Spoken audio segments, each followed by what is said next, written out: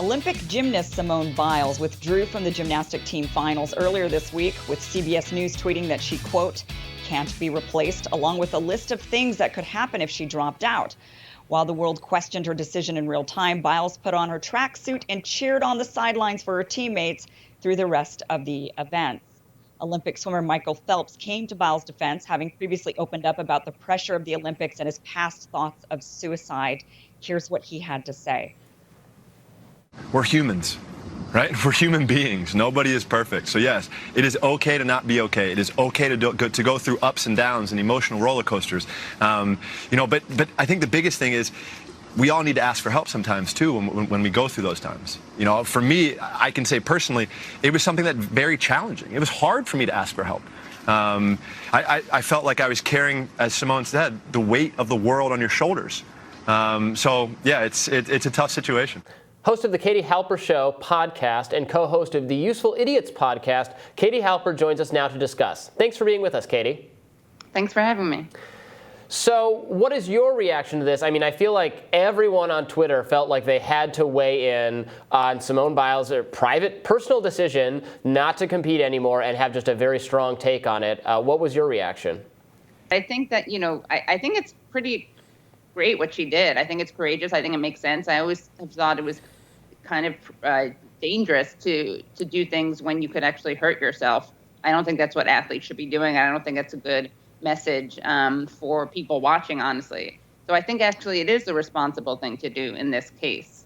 And I think in general, the media has been really positive and supportive in their response. Of course, you have every now and then you have some weird cretins like Charlie Kirk making some extremely odd comments. I don't know if we're showing any of those, but we actually have those comments. So Charlie Kirk had some thoughts on this situation. We'll take a listen to that now. Simone Bile says, this Olympic Games, I wanted to be for myself when I came in, and I felt like I was still doing it for other people, as she cried after the team event on Tuesday. So it hurts my heart, because doing what I love has been kind of taken away from me to please other people. Yeah, that's the point, Simone Biles. You're representing your nation, you're selfish sociopath. You kidding me? Today it's like, you know what? I'm not going to do something stupid and get hurt. It's just not worth it. Especially when you have like three amazing athletes that can step up to the plate and do it. So you know who has the gold medal? Russia.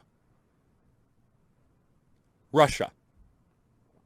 I have to go look at these 4'11" Russian Olympians chewing on their gold medals, smirking at the Americans. I'm not okay with that. But honestly, that's where we're headed. We are raising a generation of weak people like Simone Biles. Yikes. Pretty harsh. I mean, it's so harsh, and this guy's such a loser. It's like he's really projecting. First of all, I like the way he starts calling her selfless, and then he stumbles, and then he's like, oh, I mean selfish. But what an empty shell of a person are you, first of all, when you're so reliant on the athletic participation of someone else to be validated? And he's so triggered by all of this. And, it's interesting because this guy couldn't even get into West Point. He applied for West Point. He got rejected because I guess his strength isn't quite as impressive as Simone Biles's. And the best part about it is I was looking at footage. He pretends like he's such a little whiny word I can't say on TV, but he's so whiny. And he said that the reason he didn't get in was because it went to his slot went to someone far less qualified, he said, a candidate of a different gender and a different persuasion. Yeah, I think we're going to actually play that next. Can you roll it? My question is for Charlie. Charlie, I wanted to ask you about you trying to get into West Point. You said that you applied to West Point, but they gave your place to an applicant of a different gender and persuasion. I know the test scores, and I knew the qualifications. She was less qualified. So my question is, if they were of a different gender, do you know what gender they were? I never said that. That's fake news. Thanks for being here tonight. Never said that. Thank you for being there tonight. And unfortunately, I was waitlisted, and things kind of started to get a little bit odd, and I eventually lost my spot out to what I felt was a far less qualified applicant in my district that was of a different gender and a different persuasion. You could take it any way you want, but I knew the test scores, I knew the qualifications. I was kind of got the short end of the stick. I never said that. That's fake news. Thanks for being here tonight. That was of a different gender and a different, persuasion. Fake what a news, whiny fake loser. news. Fake loser. Yeah. I mean, he's not only a whiny loser, but he's a liar on top of it. I Just have to take say the that L, dude. Sorry. with the Simone Biles controversy, I am a little bit torn on the whole thing. And the reason is, look, I do feel for her, and if she's going through something mentally or if she's feeling a lot of pressure, and we saw this even recently with Naomi Osaka, who withdrew from the French Open, and saying the same sort of thing. And we're seeing that there is a lot of pressure on these athletes. I think there's a lot of pressure on people in general in the age of social media when they're getting a lot of hate thrown at them, and you've got people like Charlie Kirk.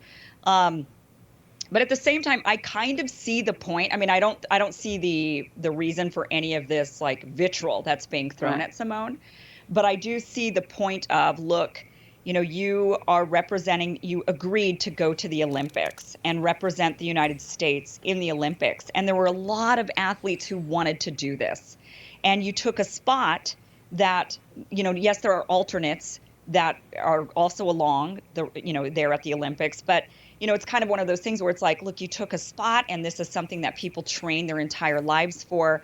And then for you to get there and for you to say, never mind, I can't do it. There's something, it's one thing to get injured. It's another thing, I think, for people to say you just weren't feeling it when, another athlete could have had that spot possibly.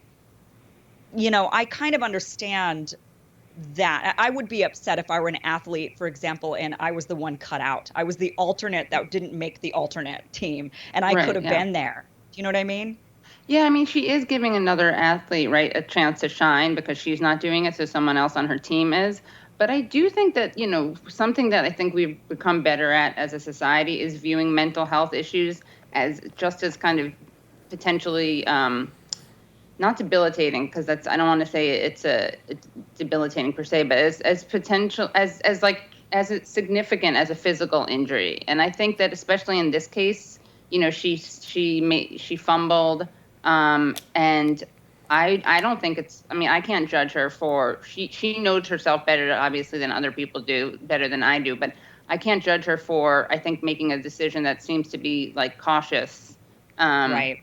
And I do think it's actually, like I said this earlier, but I do think it's an important, responsible thing. I think that sometimes athletes martyr themselves and injure themselves. And I think that it's important to model like humility and caution and responsibility as probably like unsexy as that is. Yeah. I think you're right on that. If she's getting, let's say, brain fog in the middle of her, or she's getting spooked, in some way. And I've experienced this even myself when I was an athlete and doing the high jump, and I ended up injured at one point, and then I was spooked and I couldn't actually make it over the pole any other time after that. I mean, it was something mental, but it would have resulted in an injury had, I continued forward. And that very well could be what she's thinking is like, hey, if I try again, I'm going to fall and maybe break my neck next time, and I can't risk that. But it just seemed to me that there were, I think, very extreme reactions even in the other way too. There were a lot of people saying like this is the most heroic act an athlete has ever contemplated. I saw like multiple New York Times op-eds that said that.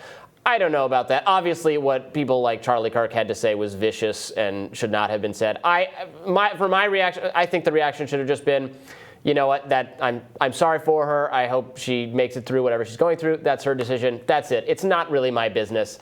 And this is a story that wants to be our business because, again, yes, she's representing America, and it's all over the news right now. It's like the major sports competition, but sometimes it's not. It doesn't have anything to do with you. You're projecting you onto this, and I just hope she gets whatever she needs and can compete again or not if she wants. And for me, that's fine. I don't care either way. I think, though, it's interesting you raise that because there has been a huge, huge response, I would say kind of disproportionate to the news, but I think it speaks to how much this resonates with people, which is an interesting thing to look at. I think this is kind of a new model of behavior that we're seeing, and I think that it does speak to a shift, and I think people are kind of probably hungry for this, to see this displayed. Well, it's something pretty relatable. You know, I think the last year has made people, probably everyone, a little bit more open about talking about mental illness and just struggling to cope because we've been put through sort of debilitating, traumatizing circumstances. Right. Yeah. And that can have, obviously that's a bad thing, but one of the positive impacts can be that we're all, willing to actually talk about things that need to be talked about. Yeah. And just last thing, I would love to see Charlie Kirk try to do any of those things that she does. No kidding, right? Although he'd get injured, so I guess I shouldn't wish that on him. Thanks so much for being with us, Katie. We really appreciate it. Thanks for having me. More Rising up next.